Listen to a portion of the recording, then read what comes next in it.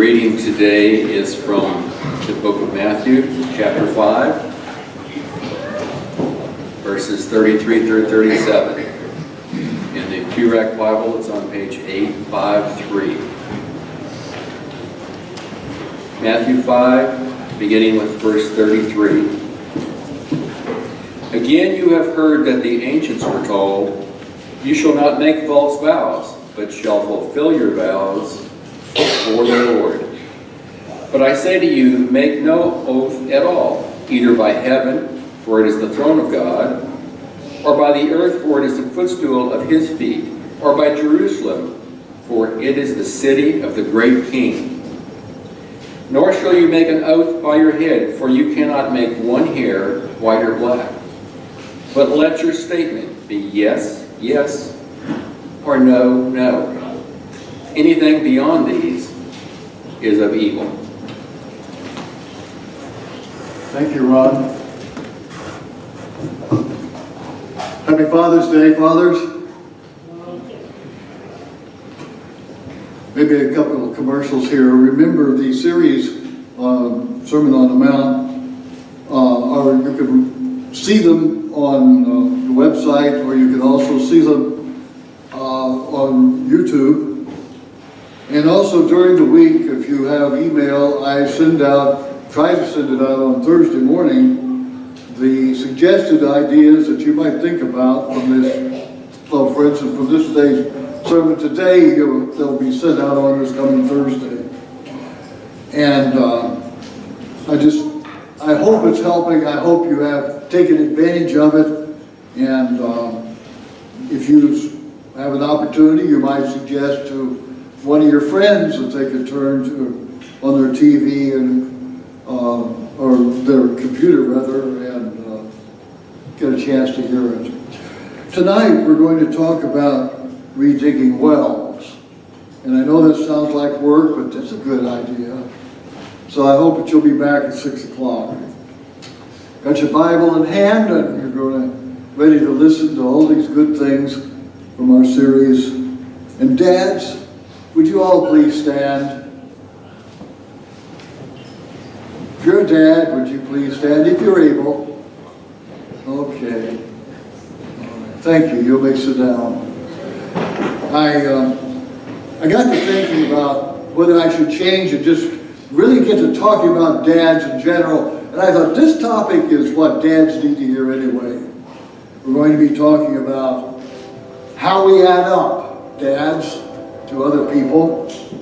And the thing that has been bothering me a lot is that as I read this passage from the Sermon on the Mount, and he's talking about swearing, taking an oath, and so forth, he's actually going a wee bit different and stronger than that.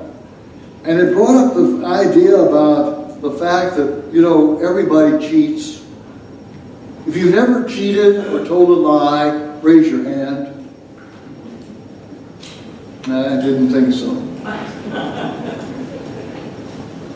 Brother Harris, in his book, to remind you, Brother Harris teaches at Abilene Christian University, and he teaches freshman Bible at a little place called Chapel on the Hill.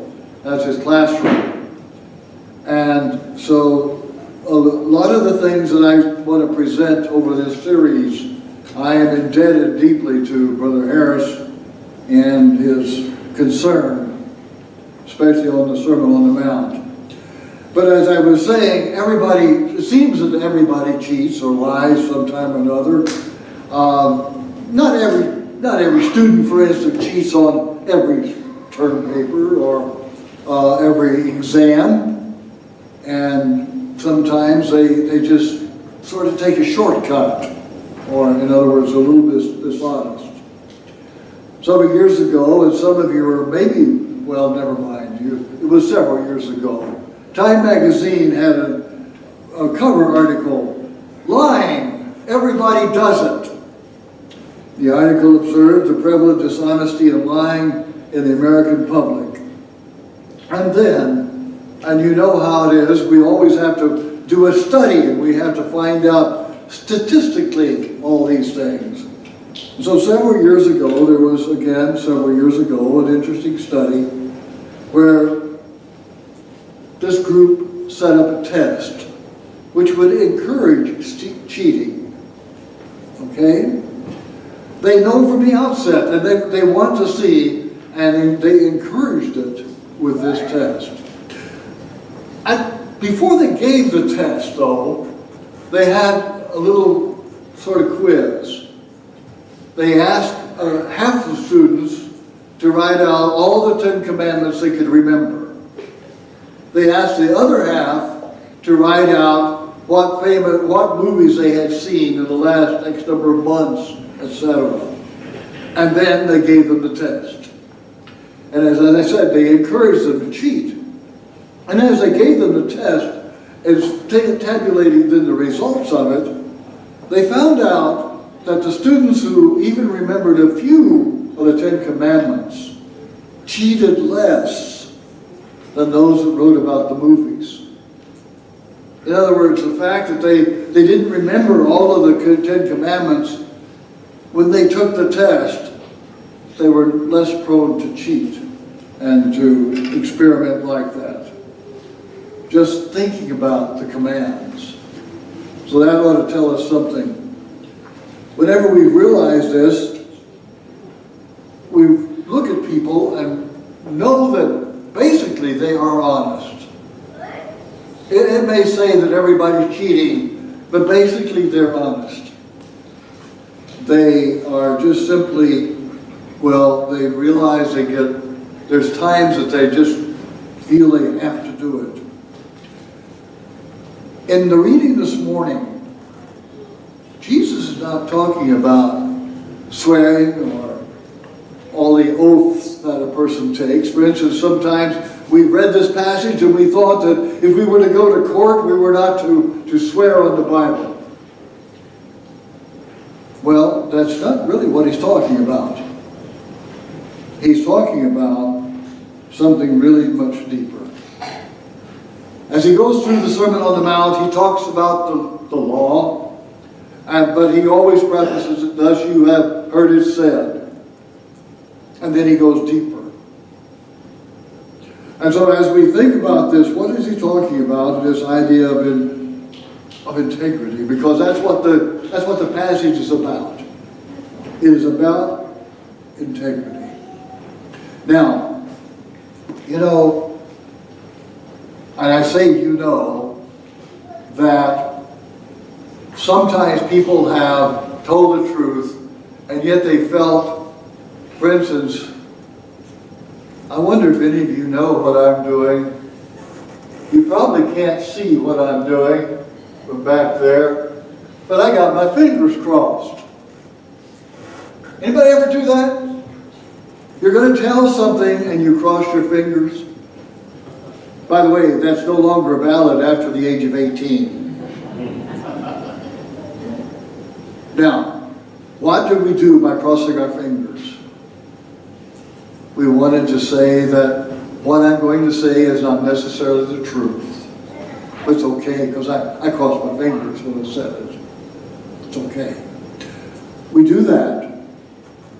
And that is what Jesus is talking about here. You're going to swear by something. You swear by the heavens. You swear by the Bible. You swear on my mother's grave. You've heard that expression. You know that kind of swearing.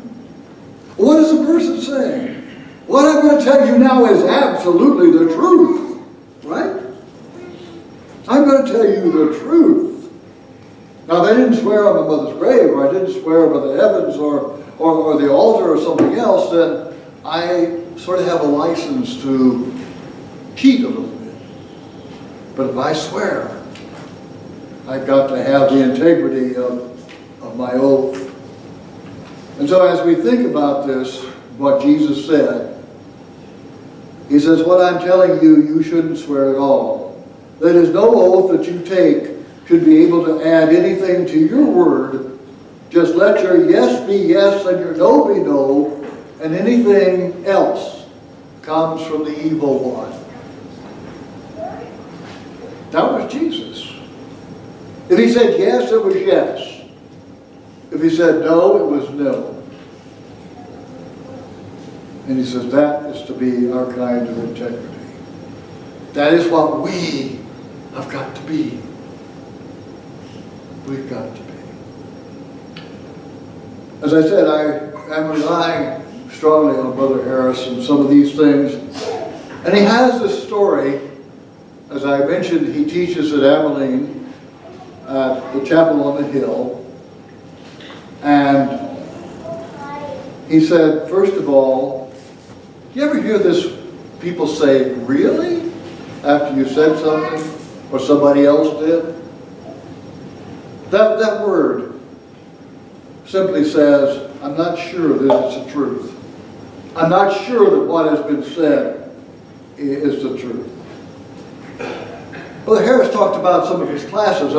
Remember I said he teaches freshman Bible. And he teaches a course on the Sermon on the Mount. And he said his students sometimes are very, very critical of politicians and other people who don't tell the truth. We would like to, all of us, be that way, wouldn't we? We want our politicians to stand up there and we want them to tell us the truth. We want a person when you go down to the car dealer and you want the car dealer when you're going to buy that it just looks like a beautiful car. It's got a few miles on it. But then he comes in and he says, you know, it was rich, driven by a little old grandmother who only drove it to church. Now, maybe you never met a dealer like that, but if you've lived long enough, you probably have. Maybe it wasn't that particular story, but it was a different one. And what are they trying to tell you? It has never been, etc., etc., etc. Now, are they telling us the truth? Are they doing that? Well, Brother Harris set up a dilemma in his class. Because he wanted, first of all, he wanted the students to understand that they cheat. And that he knows they do it. He wants them to understand that, well, let me give you the story, okay? As you listen to the story, you're going to have to transport yourself to Abilene, Texas, to the chapel on the hill, and you're in his class.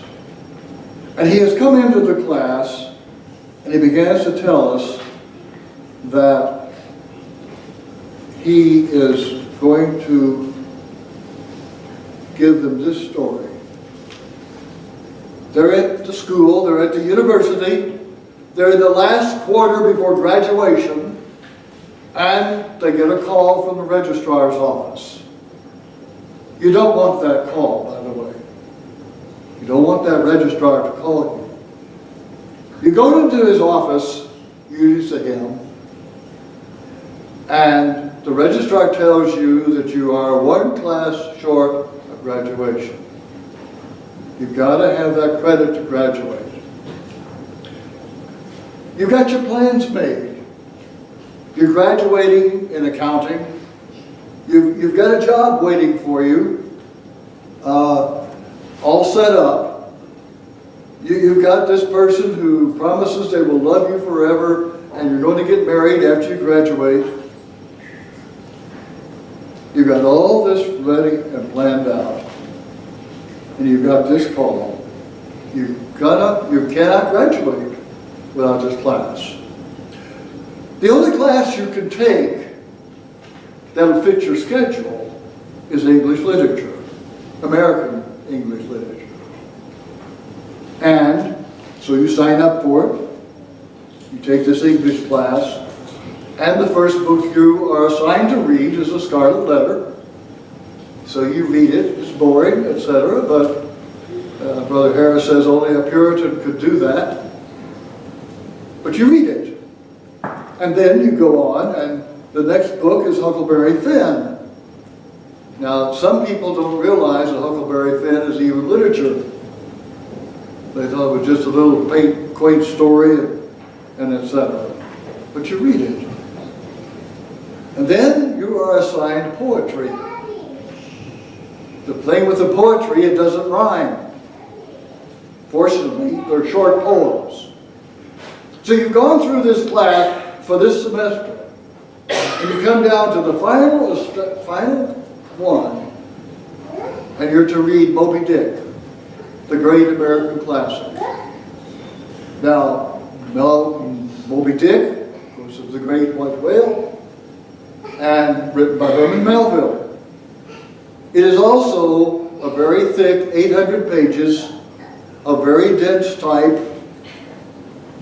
and if you grew up out west, you don't care about whales, probably. But you got to read it. But you decide you've been a good person all the way through this class, and you're not going to read this. You go out and you get the cliff notes, in other words, the summaries of it. There's another one, I think it begins with the word morbid, I'm not sure. But anyway, there's two of these things that you can read, condensation of the book. So you do. You also go and you watch the movie twice. One with Gregory Peck and the other one with Mr. Picard, you know, the guy from Star Trek. And so you go in, you're pretty sure that you at least make a C. You know the story. And lo and behold, the test comes out. It's right there on your table. The professor says, turn it over, and there's one question on it. Did you read Moby Dick? Now, you've got a job waiting. You've got someone who's going to marry you. You've got your plans all laid out. And if you say no, you fail the class.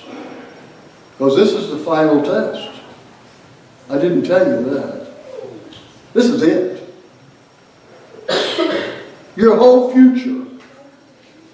And you look back and you think, well, if I have to repeat the class, which I will have to repeat it, then this person may not marry me. I mean, who wants to marry a loser, right? Also, the job probably won't be waiting. My whole future goes down the tube.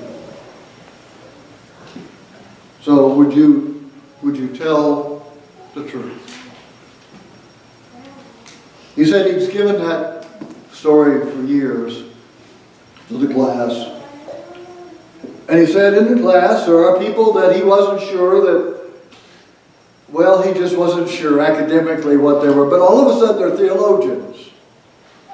And they come back and they describe all the reasons why they would say yes. And 95%, I believe he said that they would bend it a little bit. 5% said they would not. And he said, I'm not sure that they wouldn't go ahead and lie to. But what would you do? What would you do? Because seriously, your future rests on this class, doesn't it? All the plans you've made, all the things that you've done. And some would say, you know, well, it's a victimless crime. Or, for instance, God is really forgiving. So I could go ahead and say, I've read it, and then later I will read it. I'll keep my promise.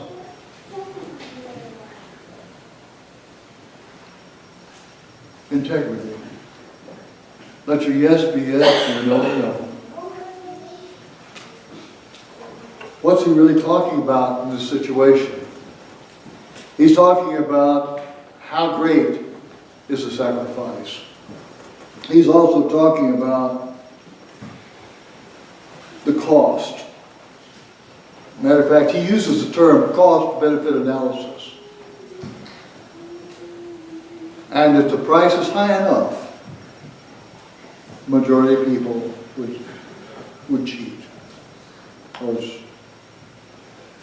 Whenever we think of that, Some of us have gone to motivational speeches, or we've attended motivational classes. And there was this particular one when the man who had been speaking all over the country was giving this speech. And he said, I have interviewed 3 very, very, very successful people.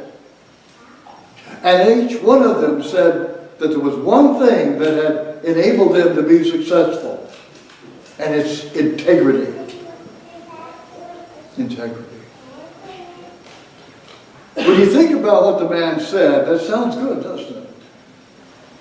But what the man has promised is that if you have integrity, you'll be successful. It's going to work. It's going to make you the winner if you have integrity. But again, what if the integrity leads you to the cross? Jesus is before Pilate, and Pilate says, are you a king?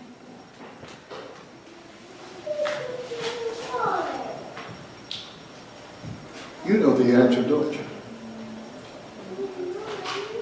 Pilate says to him, I have the power of life and death. Jesus still says who he is. Goes to the cross when with a word he could have not gone to the cross. But he can't say that word, can he? You can't, because he is the Christ. What are we supposed to be as children of God? We're to be like Christ. We're to be people of integrity. And yet a while ago when I asked, is there anyone here who has never told a lie? None of us raised our hands. None of us. Because we know ourselves, don't we? And we understand. And when I think of this, and I think of the things that happen in our lives, one of the reasons we got caught, didn't we? Go back to the example of the student for a minute. He wasn't going to read 800 pages of a book, which he thought was just too much. And yet what did he do? He goes and he reads two synopses. He watches 2 movies. He could have read the book. And the time he spent cheating.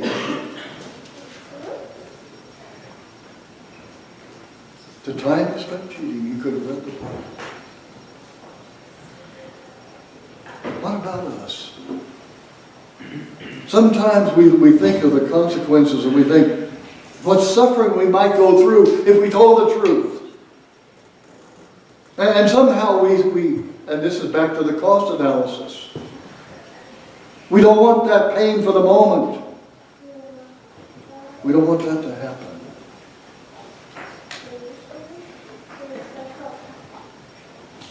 There's a question, do you think that integrity is something you could sort of have? Well, not according to Jesus. You can't sort of have integrity. You've got to be people who will say yes is yes and no is no. We've got to be people who say yes is yes and no is no. Why did I say this is about dads? Because we dads, grandfathers, great-grandfathers, whatever we are, set an example. We set an example to our children. We set an example to those around us of what it means to be a Christian, of what it means to be faithful, what it means to be people of integrity. I sometimes, my children embarrass me. My oldest daughter put a picture on Facebook he's sitting in front, and and my wife are standing behind the kids. And she put a little caption at the bottom. She says, "The man I've always looked up to."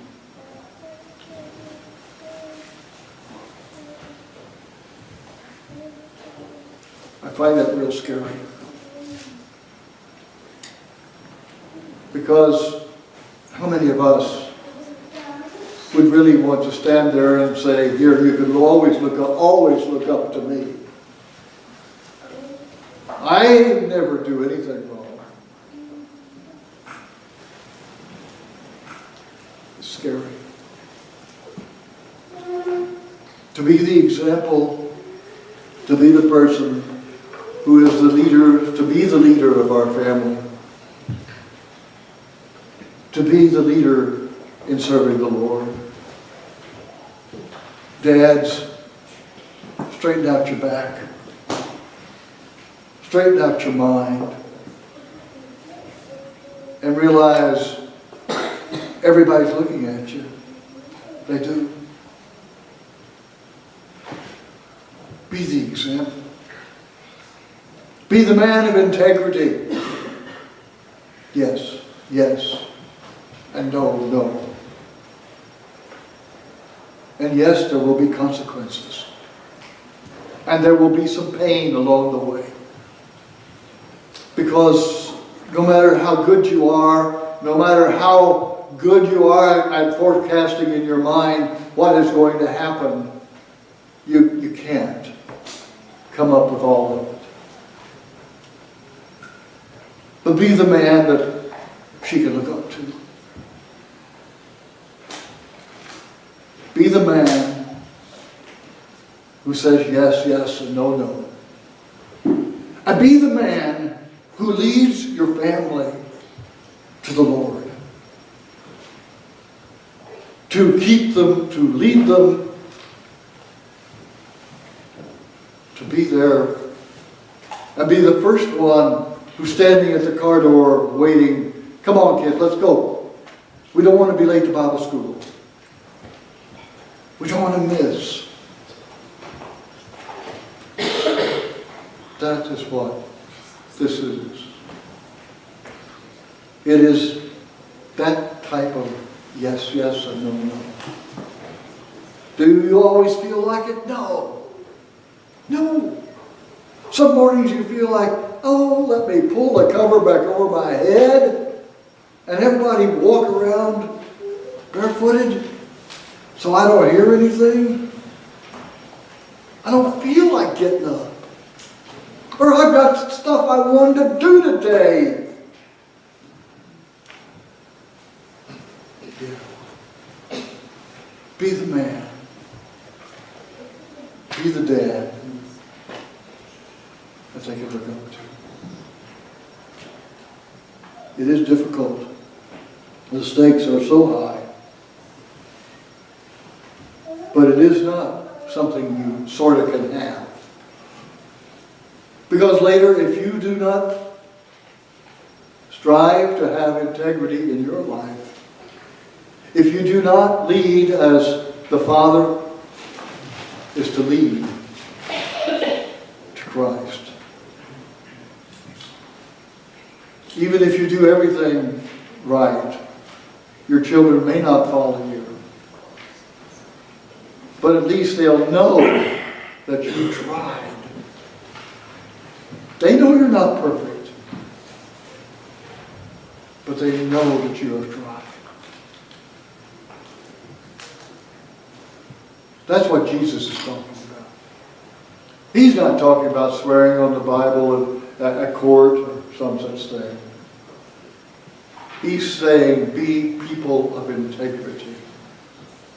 Let your yes be yes and your no, no. And do the heavy lifting. Be obedient to the Lord Jesus. This morning, as Brother Charles leads us in this invitation song, I pray that you will be that leader. And that there will be others that because you are that leader, they will follow. If you're in any way subject to invitation, Lord, this morning, come to the front and stand and receive.